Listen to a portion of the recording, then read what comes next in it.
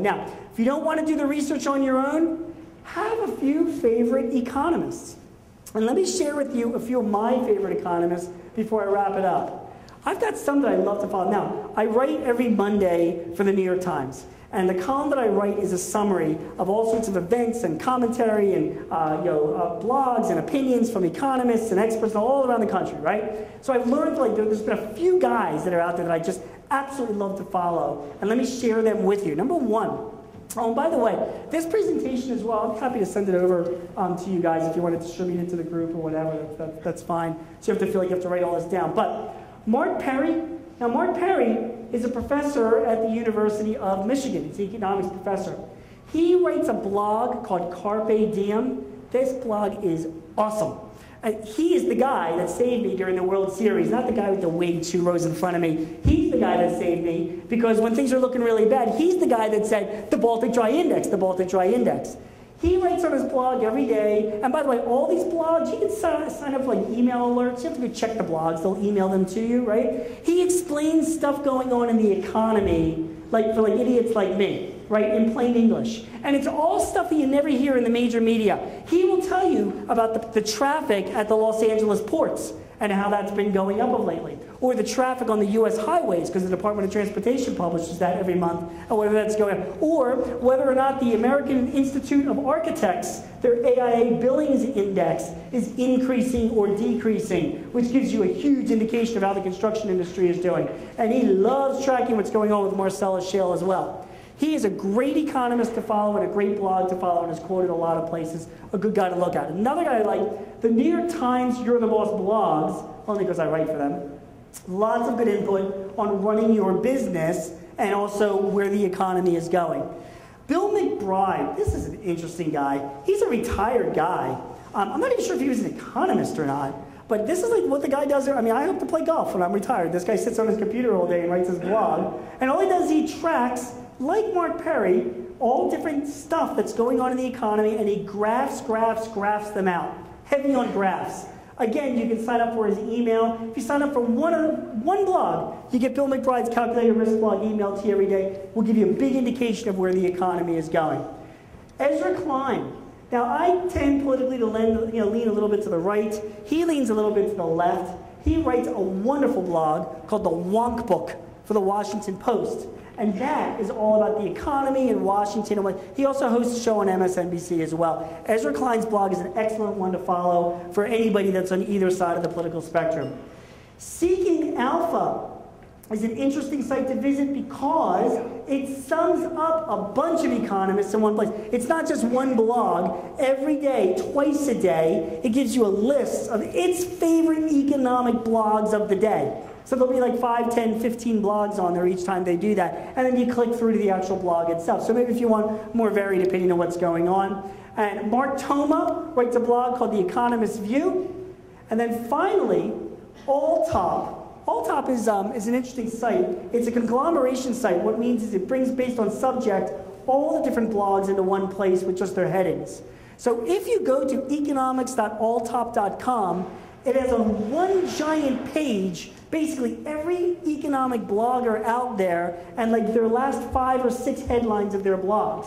So you can see what subject interests you and just click through it. It's a lot of data to go through, but it's a wonderful place to go to. So, watch C-SPAN, right? Follow what's going on with the deficit because it's going to impact us. Whether it's going to increase interest rates, increase our taxes, cause government spending to be contracted, the deficit will impact us in the next couple of years. We have to pay attention to it.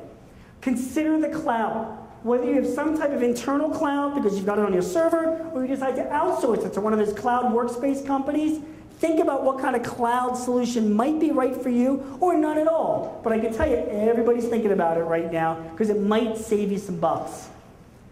Have dinner with your accountant because there are a bunch of taxes coming along the way. Are you applicable to them? Will you be affected by them? Should you be deferring more money into 2012 so you'll be taxed at a lower rate than waiting it goes to 2013? Should you leave the country and migrate to Switzerland? It's between you and your accountant. Okay? So make sure that you have dinner with him. Have a few favorite metrics. Because it's not just about your accounts receivable aging, which is important, or your gross profit. It's about where your company's going to be 2-3 years from now. And if the economy is looking like it's taking a certain direction, you've got to make some decisions now that's going to affect you 2 or 3 years from now. That's what smart guys are doing. And finally, if you don't want to spend the time looking for those metrics, have a few favorite economists. So, in closing, thank God he's finally closing, know your history. My father, when I got married all those 21 years ago, he gave me 3 pieces of advice. He said, son, he said, getting married will be the last decision you'll ever make. And he was right about that. He said, if your wife is happy, everyone is happy.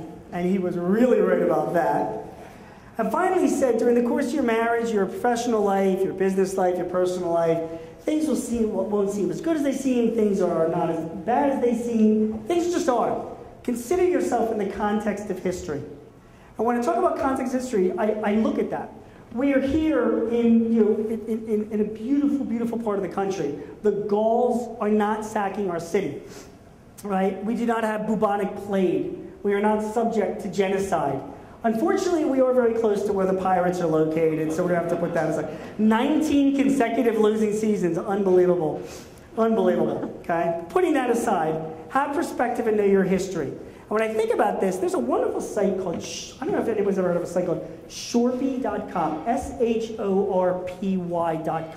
Why is it wonderful? It is a photo site of old photos.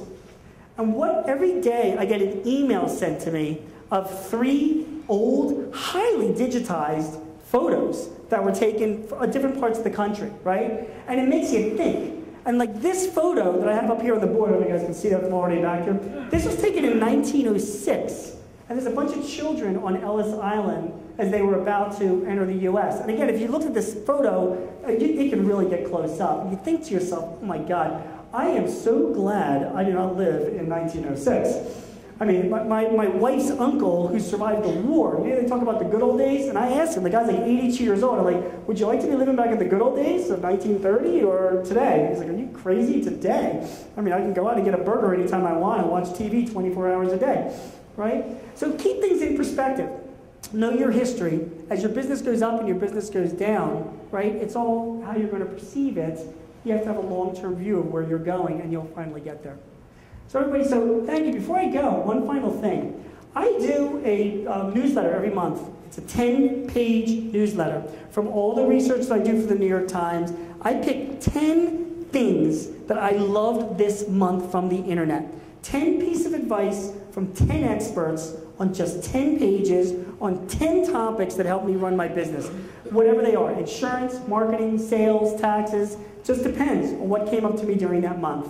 If you'd like, I'll be happy to give you a free copy of it if you want to give me a business card. And if you give me a business card, the typical rate I charge is $15 a month, but forever we'll do $10 a month if you'd like to subscribe to it. You can cancel to it any time. We'll save you a lot of time from doing all that kind of research on the web. It'll just be the stuff that I really like the best. So I want to thank you very much. My God, it's 8 o'clock. Time for everybody to get home. I really appreciate it. Have a good night.